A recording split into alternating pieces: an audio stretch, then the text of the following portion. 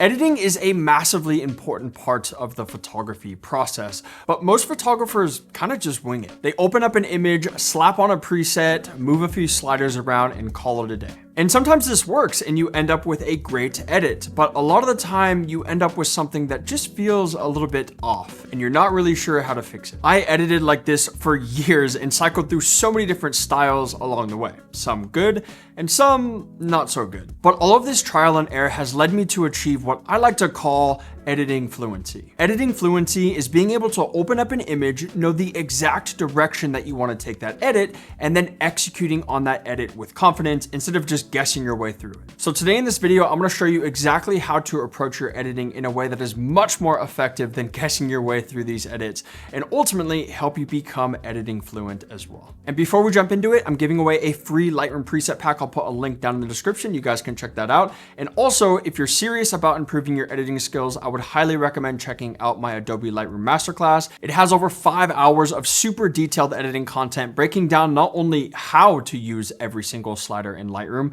but why you should be making those adjustments to your photos as well. There's a link down in the description to that as well. So let's jump on the computer and talk about editing. But okay, let's start off with the very beginning of the editing process. You upload your photos, you open up your photo in your editing software, whether that's Lightroom, Capture One, whatever it is, and you sit there and you stare at it and you ask yourself, okay, what do I do first? Where am I supposed to start? What style should I edit that photo in? What adjustments should I make to that photo first? I definitely remember feeling like this in the beginning and feeling a little bit lost as to where to start. But one of the things that I like to do is before making any adjustments, I ask myself one simple question, and that is, how do I want that photo to feel? What are the emotions that you want to convey with that photo? Or also, how do you remember feeling when you shot that photo? Just thinking about this in the beginning can give us a ton of clarity on the direction that we want to take that edit and the style that we want to edit that photo in. So for example, this is a photo that I shot in California of last year, and I really wanted to lean into this kind of nostalgic,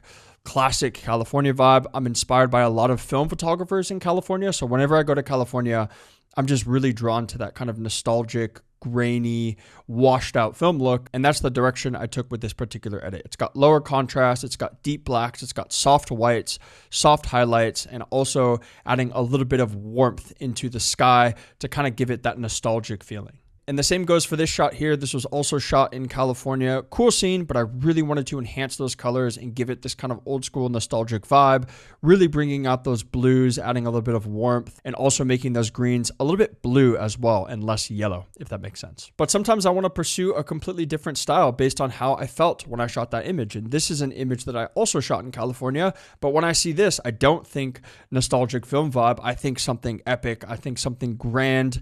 And I really want to enhance the epicness of this image. So that's what I did. I enhanced the contrast, I enhanced the highlights, and I added a ton of warmth to really give this photo character and make it stand out. And lastly, this photo that was also shot in California, it was actually an engagement shoot. So everyone was happy, the vibes were good. So I wanted to really lean into that happy vibe and make this image nice and bright, nice and saturated, because I felt like those emotions really fit this scene well, and I wanted to embody that in the final edit. And these are all things that I thought about before I actually started the edit. I knew which direction I wanted to take that edit because I knew what emotions I wanted to hit with the final photo. So I know it sounds basic, but this is one of the most foundational principles when it comes to editing. If you can have that intention before you go into an edit, you're not just going to be sitting there guessing and experimenting. You're going to be editing with intention because you know exactly the look that you want to go for. By the way, I don't know if you guys noticed, but this video has a big jump in audio quality, and that's thanks to this new mic that I just got from Maono, who is actually the sponsor of today's video. This is the Maono PD200W microphone, an incredibly versatile mic that is perfect for things like podcasts,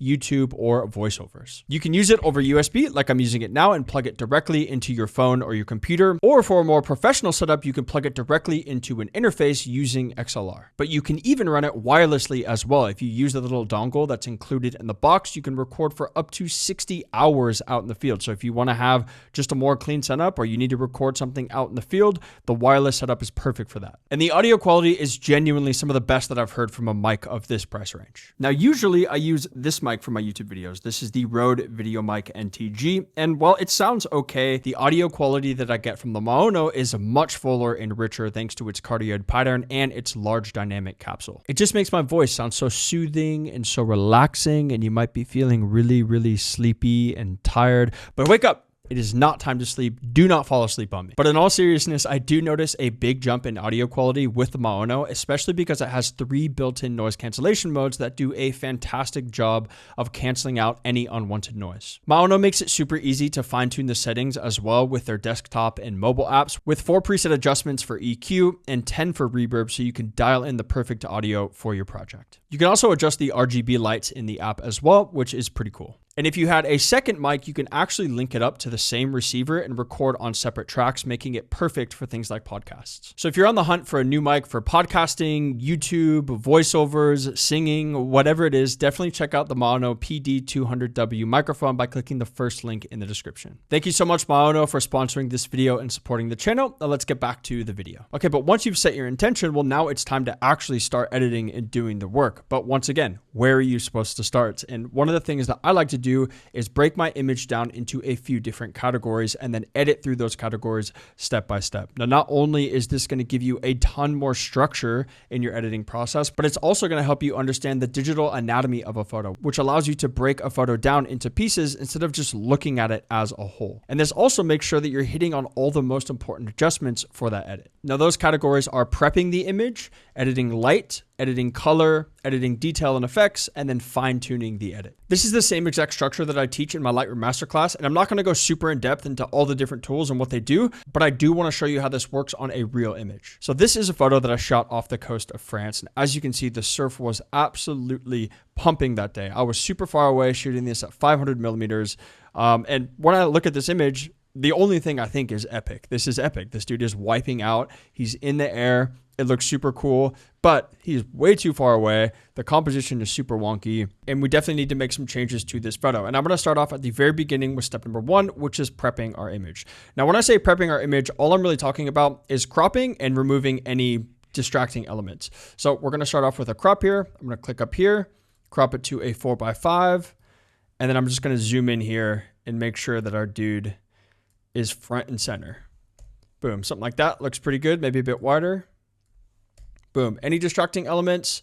I don't think so. There's nothing I really want to remove from this image. If I did, I could come here and click and remove some things from the photo, but I think this photo looks pretty good. So that is step number 1. Now we're going to move on to step number 2, which is editing light. And when I'm talking about light, I'm really talking about the exposure, which is the brightness of the image, and also the contrast of that photo, the differences between the bright and the dark areas of that image.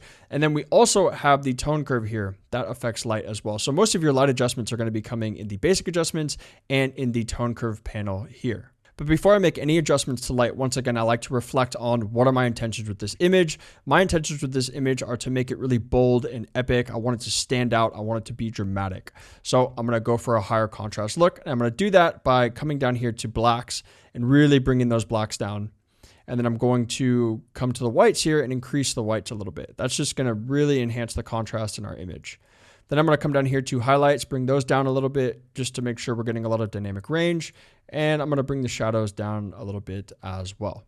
Coming down to the tone curve here, I'm going to create a basic S curve by dragging the shadows down, leaving the midtones where they are, and then bringing the highlights up as well. That's just going to add a ton of contrast to our image. And already that's looking really nice.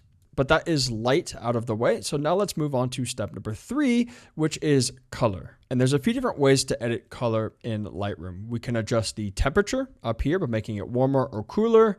We can come down here to the HSL sliders, hue, saturation, and luminance. And this will allow us to adjust the colors that are already in the image. So for example, I can adjust the hue of the orange, make it more red or make it more yellow. And then we also have the color grading panel here. And the difference between the color grading panel and the HSL sliders here, the color grading panel allows us to add colors into the image. So we can actually add colors into the highlights, the midtones, and the shadows there. And then last but certainly not least, we have the calibration. And this is going to affect the primary colors in our image being red, green, and blue. We don't need to get into the details there. Let's just work down the list here. Starting off with white balance, which is where I always like to start. Once again, I want this to be really dramatic. I want the colors to be really bold. So I'm going to increase the warmth in this image. But when I do that, it's kind of doing some weird stuff to the water there. So I'm actually just not going to touch that for now. I'm going to come down here to the color grading panel. I'm going to come here to midtones, and then I'm going to try experimenting with adding some warmth into the midtones there. And then also maybe the highlights there. That looks pretty good. And in the shadows, I'm going to add some blue to kind of complement those colors there. And if I drag this down, it's going to darken those shadows a little bit, which I think looks pretty good. And this is looking pretty good. I like how that affected our image. But let's move here to the color mixer panel. I think I can play around with these yellows and oranges a little bit. So I'm going to drag that to the left and make it a little bit more red. Maybe experiment with the red, with the yellow. Drag that to the left a little bit. I think that looks pretty good. Come here to saturation. Maybe increase the orange saturation a little bit to really make those colors super bold. And then coming down here to green, maybe desaturating that. I'm trying to get rid of this green here, but that's okay. Doesn't look too bad. I think that looks pretty good. This definitely fits the color vibe that I'm after, just going for something really epic and bold. So now let's move on to step number 4, which is details and effects. Now, when I say detail and effects, what I'm really talking about is the sharpness of the image. If we want to add any noise grain, as well as any effects like adding a vignette to the photo. Now, this image I think is sharp enough. I don't need to add any sharpening. I don't need to add any noise reduction. So I'm just going to ignore this here. But I am going to come down to effects. I'm not going to add any grain because that doesn't fit the vibe that I'm after, but I am going to add a bit of vignette here to really keep the focus on our main subject. So even just -3 there just really keeps the focus on our main subject here in the middle. So that's pretty much all I want to do with details and effects. Like I said, you could add noise grain here. This is something I like to do with a lot of my images, but for this particular photo, I don't think it needs it. So now that leads us on to the last step, which is fine-tuning our edit. And fine-tuning our edit involves the masking tools. And there are so many cool things that you can do with these in Lightroom. You can add linear gradients, you can add radial gradients. You can select the subject automatically, which is pretty cool. Lightroom is very good at that. It's going to make a selection there on our subject. There's a lot of different tools here that you can play around with. But one of the things that I want to do is take a linear gradient here, go over the bottom of the photo, and just darken that up a little bit. I think that looks pretty good. And then maybe we can do the same thing here, another linear gradient over the top. Maybe experiment with increasing the saturation, bringing up the highlights to really make it pop. And then maybe even coming down here to dehaze just to bring that background through a little bit more. But that's probably all I would do to this image. I think this image looks awesome. Just to recap, here's the before and here is the after. And this definitely hits on the intention that I was going for with this image. And every single adjustment that I made to this photo was with that intention in mind. I wanted it to be bold. I wanted it to be grand, epic. And by following this 5-step process, I made sure that I touched on all the most important adjustments and I have a sick edit. So if you are feeling a little bit lost on where to start and edit, I think following this 5-step process can give you a ton of clarity and structure on how to actually approach the editing process. Like I said before, this is the 5-step process that I teach in my Lightroom masterclass. I go way more in depth in that course. If you guys do want to check that out, once again, there's a link down below. Okay, but how do you know when an edit is actually finished? Well, some images will be super easy. You pop it into Lightroom, you throw on a preset, and it's going to look good straight out of the gate. For example, this is a photo that I shot in Hong Kong recently.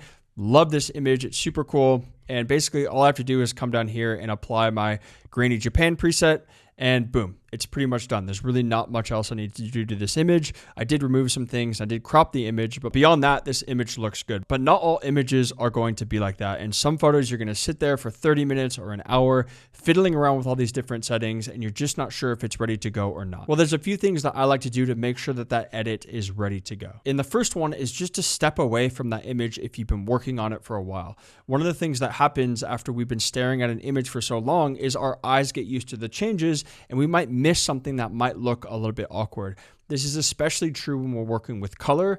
We get color fatigue, our eyes get tired, and we can't pick up on something that looks a little bit weird. Maybe the tints are a little bit off or the white balance is a little bit funky. Taking a break and coming back to that image will help you see that image in a new light. And sometimes after taking a short break, when you come back, you'll know immediately whether or not that photo is ready to go. But building off of that, I think it's important to look back on the first thing that we talked about in this video, the intentions of the photo. How did you want that photo to feel? And when you look at your edit, ask yourself, is it conveying those emotions that I sought out to convey? with this edit, or is it at least getting close? Well, if so, then that image is probably ready to go. And lastly, and I've talked about this in so many of my other videos, send it off to another photographer or another artist who has a good eye for color, for composition, for light, and ask their opinion. Sometimes you might be spending all this time editing an image trying to fix something that's not broken. So send it off to another photographer and see what they think. These are the 3 things that I do to make sure an edit is actually ready to go. Because like I said, you're going to encounter some really difficult and frustrating edits, and it's hard to know where the actual endpoint is. So up until this point, we've talked a lot about editing workflow and also kind of how to think your way through an edit.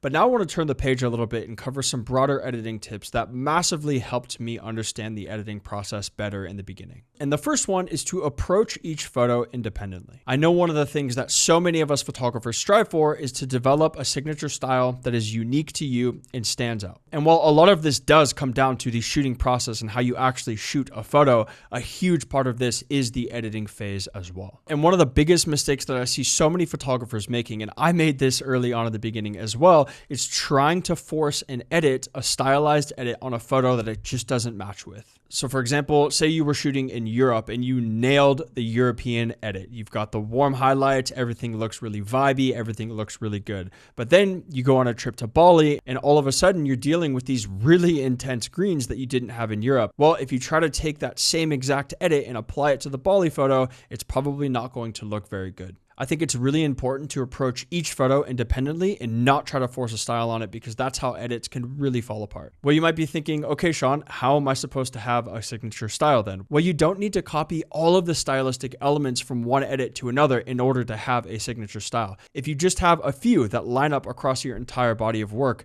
that's your style. So for example, taking a look at my portfolio, some of the characteristics of my style are a darker image. I like to go for this kind of moodier look, but also I like to saturate my images quite a bit as well and really lean into one dominant color, oftentimes really warming up that image or cooling down that image and just really bringing out the colors in that scene. And you'll notice that even photos that I shot in Bali still look good next to photos that I shot in Europe or in other places, because those characteristics reign true across my entire body of work. I know it can be difficult in the beginning when you're really trying to develop that signature style, but forcing an edit on an image where it doesn't belong is one of the quickest ways to ruin a photo. So try your best to take each photo independently, and over time, your style will naturally develop. Let me know in the comments if you guys want me to do a dedicated video on how to find your unique photography style as well. I'd be happy to make that video. Now, in the first tip of this video, I talked about how important it is to approach an edit with intention, but I also said I recognize for those of you that are just starting out, you might not know which direction to take an edit because you're just not experienced enough. And that's why this next tip is to experiment like crazy with your edits. Take one photo and edit that photo in 5 or 10 completely different styles and choose your favorite at the end. However, the key here is once again to experiment with intention. You're not just throwing on adjustments and guessing at how they look. You're paying very close attention to each adjustment that you're making, and you're evaluating how it affects every aspect of your image. How is it affecting the mood or the story of the photo? How is that adjustment affecting other adjustments? And what happens if I stack this adjustment with another adjustment?